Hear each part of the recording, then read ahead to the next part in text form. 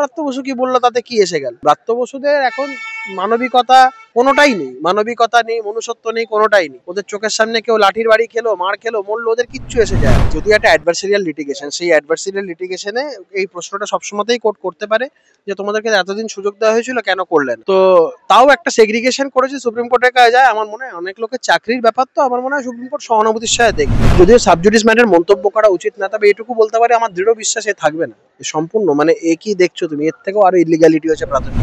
মমতা ব্যানার্জি এটাই না হোক অন্য তদন্তে মমতা ব্যানার্জি বা অন্যান্য তৃণমূলের চোরেরা জেলে যেতে হবে, কেউ বাঁচাবে। শহর কলকাতা কাঁপলো চাকরিহারাদের মিছিলে, কিন্তু চাকরি যাওয়ার তো কথা ছিল না, চাকরি বাঁচানোরও কিন্তু চেষ্টা করা হলো কৌস্তব বাগচি এবং প্রাক্তন বিচারপতি অভিজিৎ গাঙ্গুলির তরফ থেকে। কিছুই যেন হলো না। এটাই হয়তো সময়ের নিয়ম, যখন হয় না তো কিছুই হয় না। কৌস্তব দাস, যে চেষ্টা আপনারা করেছিলেন আলটিমেটলি হলো না কেন? কি করে হয় বলো তো? আলটিমেটলি দেখো, এইটা আমি এসএসসি ভবনে যাওয়া ওই অবধি আমি এটাতে ছিলাম। আর আমি আগের দিন, গত পরশু দিন, বেশ কিছু ছেলে মেয়ে যাদের চাকরি চলে গেছে, যোগ্য যারা, তারা জাস্টিস গাঙ্গুলির সাথে দেখা করতে চান, আমি নিয়ে গেছিলাম। তো তখন উনি বলেন যে আমরা এসএসসি ভবনে যাবো এবং এই জবাব দিয়ে চাইবো। আমরা সেখানে গেছিলাম, সেদিনকে চেয়ারম্যান ছিলেন না, পরের দিন টাইম দিয়েছিলেন, গেছিলাম। তো গত পরশু দিনই সন্ধ্যেবেলায় একটি টিভি চ্যানেলে ইন্টারভিউ দিতে গিয়ে ব্রাত্য বসুর সাথে একসাথে মুখোমুখি হন অভিজিৎ গঙ্গোপাধ্যায়, এবং সেখানেই প্রস্তাব নিয়ে আলোচনা হয় যে উনি যাবেন মুখ্যমন্ত্রীকে চিঠি শিক্ষামন্ত্রীর মাধ্যমে দেবেন এই প্রস্তাবের ব্যাপারটা। তো সেটা ওই পার্টটা অভিজিৎ বাবুর একারই যাওয়ার ছিল। তবে আমরা যখন এসএসসি অফিসের চেয়ারম্যানের সাথে কথা বলে বেরোচ্ছি, সেই সময় আমার কাছে একটা ফোন আসে।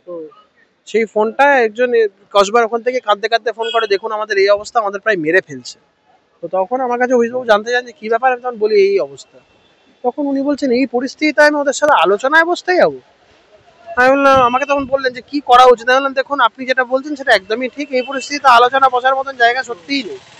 তবে আপনার বিষয়টা আপনি বলেছেন, এখানে আমার কোনো মন্তব্য করা, বলছে না না প্রশ্নই নেই। বেরিয়ে আমি চিঠি ছিঁড়ে ফেলে তো বললাম চলুন। তখন আমাকে বললো চলুন, আমরা তুমি আমি একসাথে দাঁড়িয়েই আমরা প্রেস কনফারেন্স করে আমরা চিঠিটা ছিঁড়ে ফেলে দেবো। এদের সাথে কোনো আলোচনা হতে পারে না, এদের সাথে কোনো ভদ্রলোকের কথা হতে পারে না। ওটা তো এসএসসি চেয়ারম্যানের সাথে করেছে। ওটা চেয়ারম্যান ও কি করবে? চেয়ারম্যান অভিজিৎবাবু বলেছে ভদ্রলোক, কিন্তু আমি তো বারবার বলছি চাকর বাকর লোক, কিছু করার নেই। চেয়ারম্যান যদি সত্যি ভদ্রলোক হবেন, আমি এটা অভিজিৎ গাঙ্গুলির সাথে ডিফার করি। চেয়ারম্যান ভদ্রলোক বলে আমার অন্তত মনে হয়। ভদ্রলোক যদি হবে, কেন এই চুরির দায় ঘাড়ে নিচ্ছে? ও তো বিদ্রোহ করা উচিত। কেন এসএসসি সমস্ত মমতা ব্যানার্জি চুরির দায় ঘাড়ে নিচ্ছে? তো বিদ্রোহ করবে। সেটা না করে ওই চুপ করে মেকি এই মেনিমুখো হয়ে থাকা, এটা কোনো ভালো কাজ না। এটা কোনো ভদ্রলোকের কাজ না। ব্রাত্য বসু একটা কমেন্ট করেছেন, সেটা নিয়ে আপনি কি বলবেন? ওঝা হয়ে ঢোকার চেষ্টা করা, বাকি যেগুলো বলেছেন আপনাদেরকে নিয়ে। ও নাটকের জগতের লোক, এগুলো ভালো জানে। ও কখন সাপের গালে চুমু খেতে হয়, কখন ব্যাঙের গালে চুমু খেতে হয়, এগুলো খুব ভালো করে জানে। একটা সময় বামেদের খুব কাছের ছিলেন, হঠাৎ করে আবার ওই বামেদের চুমু খাওয়ার থেকে এখান থেকে তৃণমূলকে চুমু খাওয়া শুরু হলো। ও ম্যানেজ এই বিষয়গুলো খুব ভালো জানে। তো এইসব নিয়ে কমেন্ট করেছে, করুক। ব্রাত্য বসু কি বললো তাতে কি এসে গেল? ব্রাত্য বসুদের এখন মানবিকতা কোনোটাই নেই, মানবিকতা নেই, মনুষ্যত্ব নেই, কোনোটাই নেই। ওদের চোখের সামনে কেউ লাঠির বাড়ি খেলো, মার খেলো, মরলো, ওদের কিচ্ছু এসে যায় না। মনোযোগ সহকারে চটি চাটে চলছে। এত মনোযোগ সহকারে চটি চাটছে যে দুনিয়ার আশপাশে কি হচ্ছে না হচ্ছে, কে মার খাচ্ছে, কে মরছে, এদের মনে হয় বাড়ির লোক মার খেলেও এদের কিছু এসে যাবে না। এরা জুতো চটি চাটতে চাটতে এমন পর্যায়ে চলে গেছে, এদের বাড়ির লোককেও যদি তৃণমূলের লোকেরা ধরে পেটায়, তখনও বলবে হ্যাঁ নেত্রী যা বলেছে তাই ঠিক আছে। আপনি তো একজন আইনজীবী, রিভিউ পিটিশনে কতটা রায় পরিবর্তন করা সম্ভব অন্তত এই স্টেজে আপনার? যদি একটা অ্যাডভার্সারিয়াল লিটিগেশন, সেই অ্যাডভার্সারিয়াল লিটিগেশনে এই প্রশ্নটা সবসময়তেই কোর্ট করতে পারে যে তোমাদেরকে এতদিন সুযোগ দেওয়া হয়েছিল কেন করলে না। এক্স্যাক্টলি। তো তাও একটা সেগ্রিগেশন করেছে সুপ্রিম কোর্টের কাছে যায়। আমার মনে হয় অনেক লোকের চাকরির ব্যাপার, তো আমার মনে হয় সুপ্রিম কোর্ট সহানুভূতির সাথে দেখবে। রিভিউ না হোক, কিউরেটিভে হোক। আমার মনে হয় এটা কিউরেটিভ পিটিশন অবধি যাবে। কিউরেটিভ পিটিশনের কথা যে বিকাশ বাবু আমাকে বলছেন যে ওএমআর শিট প্রকাশ করলেও তো এই মুহূর্তে এসএসসি ফাঁসবে, প্রশ্ন উঠবে, এত বেঞ্চ, এত ঘোরাঘুরি, কোর্টের সময় নষ্ট করবে। এই স্বাভাবিক, এই প্রশ্নটা ওঠাটাই খুব স্বাভাবিক। কিন্তু আমি তাও মনে করি অ্যাডভার্সারিয়াল লিটিগেশন হলেও কোর্টের এখানে একটা সহানুভূতি সুলভ দৃষ্টিভঙ্গিও থাকবে, কারণ এতগুলো লোকের চাকরি বাকরির ব্যাপার। তো প্রাথমিকটা এখনো অপেক্ষা করছে কৌস্তবদা। প্রাথমিকের যদি মামলা যে জায়গায় যাচ্ছে, এ তো অবস্থা আরো ভয়াবহ। যদিও সাবজুডিস ম্যাটার মন্তব্য করা উচিত না, তবে এটুকু বলতে পারি আমার দৃঢ় বিশ্বাস এ থাকবে না সম্পূর্ণ। মানে এ কি দেখছো তুমি, এর থেকেও আরো ইলিগ্যালিটি হচ্ছে প্রাথমিকে। তো এই বিষয়টা যদি দেখো কোর্টের কবে রায় আসে। ওই সৌমেন সেন তো ছেড়ে দিলেন এই বিষয়টা, এবারে এটা শুনবেন হচ্ছে তোমার শুনলাম তপব্রত চক্রবর্তীর বেঞ্চে অ্যাসাইন হয়েছে। এখন শুনুক, মামলাটা দেখা যাক। বিচারপতির অব্যাহতি নেওয়া এইটাকে আপনি কিভাবে দেখছেন? বলেছি এটাকে আগের দিন, ভদ্রলোক মানুষ, ওই কে গালাগাল কিস্তি শুনবে? কে গালাগাল কিস্তি কেউ শুনতে চাইবে? এরা ভদ্রলোক মানুষ, তার পক্ষে এই জিনিসগুলো সম্ভব না। তো সেই ক্ষেত্রে দাঁড়িয়ে ও দেখেছে এটা বেস্ট ওয়ে আউট, রিলিজ করে দাও ম্যাটারটা, তাই করেছে। মুখ্যমন্ত্রী সুপ্রিম কোর্টের জাজমেন্ট নিয়ে প্রশ্ন তুলেছেন, এটা কি কন্টেম্পট অফ কোর্ট হতে পারে? অবশ্যই নোটিশ হয়েছে, এবং আমার মনে হয় এগুলো ক্ষেত্রে কোর্টকে একটু অ্যাক্টিভ হওয়া উচিত, নাহলে কোর্টকে যে যা পারছে আসছে যা তা বলে দিয়ে চলে যাচ্ছে, এগুলো বন্ধ হওয়া উচিত। কিন্তু কোথাও এটা তো প্রথম নয়, হাইকোর্টে বলেছেন বিচার। এই তো বলছি, বারংবার ধরে ছেড়ে একটা বিশাল মানে বলে না বার বেড়ে যাচ্ছে আর কি। মানে বার বাড়তে বাড়তে বাড়তে বাড়তে তো চূড়ান্ত পর্যায়ে চলে গেছে, যা খুশি তাই মনে করছে, জুডিশিয়ারি কি নিয়ে যা খুশি তাই বলে, এটা করা যায় না এরকম। এই যে ক্যাবিনেটের বিরুদ্ধে সিবিআই তদন্ত হচ্ছে না, এটা কি তৃণমূলের বিশাল বড় জয় আপনি ভাবছেন?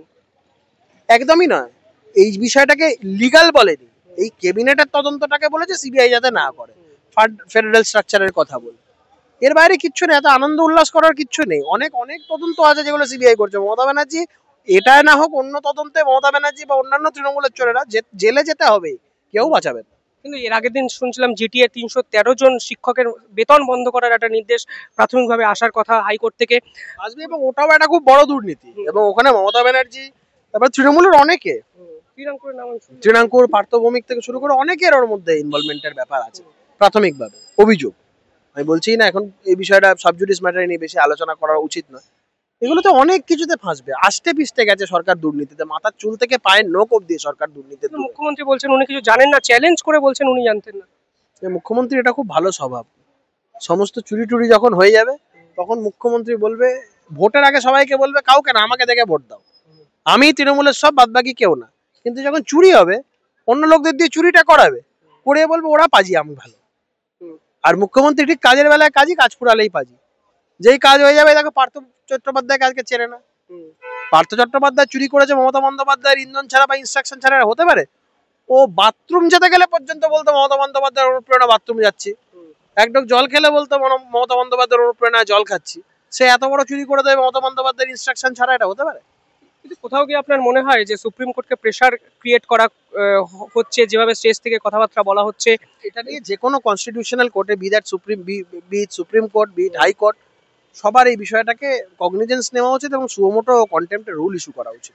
এসএসসি বলেছে এক্সটেন্ড করে দেওয়া হোক এই রায়ের, এই পুরো বিষয়টা যেন কিছুদিন চাকরি করতে পারে। আমি জানি না ওরা কি রিভিউ করছে না করছে, আমি বলতে পারবো না। তবে যদি সত্যি সদিচ্ছা থাকে, বারবার করে বলছি, এই যে প্রকাশ করার ব্যাপারটা আমরা যেটা বারবার করে বলছি, মিরর ইমেজ প্রকাশ করা সম্পূর্ণটা আমরা যেটা বারবার করে বলেছি, সেটা করুক, ওদের কাছে আছে। এবং আমি তোমাকে সব থেকে বড় কথা যেটা বলছি, মমতা বন্দ্যোপাধ্যায়ের কাছে তালিকা আছে কারা যোগ্য কারা অযোগ্য। এটা নিজের পিঠ বাঁচানোর জন্য বার করছেন না, এটা কি যোগ্যদের ঢাল করে অযোগ্যদের বাঁচানো? একদম। নাহলে তো কলার ধরবে, বাড়ি ভাঙচুর হবে, গাছে পেতে পেটাবে, পয়সা দিয়ে এরা চাকরি, যাদের চাকরি যাবে, এই ভয় থেকে এটা করছে। অবশ্যই অসংখ্য ধন্যবাদ। ভয় থেকে করছেন রাজ্যের শাসক দলের মুখ্যমন্ত্রী মুখপাত্র মমতা বন্দ্যোপাধ্যায়। শেষ কোথায় জানি না, আমরা উত্তর খুঁজছি, আপনারাও হয়তো আমাদের মতোই দ্বিধাদ্বন্দ্বে ভুগছেন। দেখতে থাকুন দ্য ইন্ডিপেন্ডেন্ট বেঙ্গল, কমেন্টে জানাবেন কি ভাবছেন। ধন্যবাদ।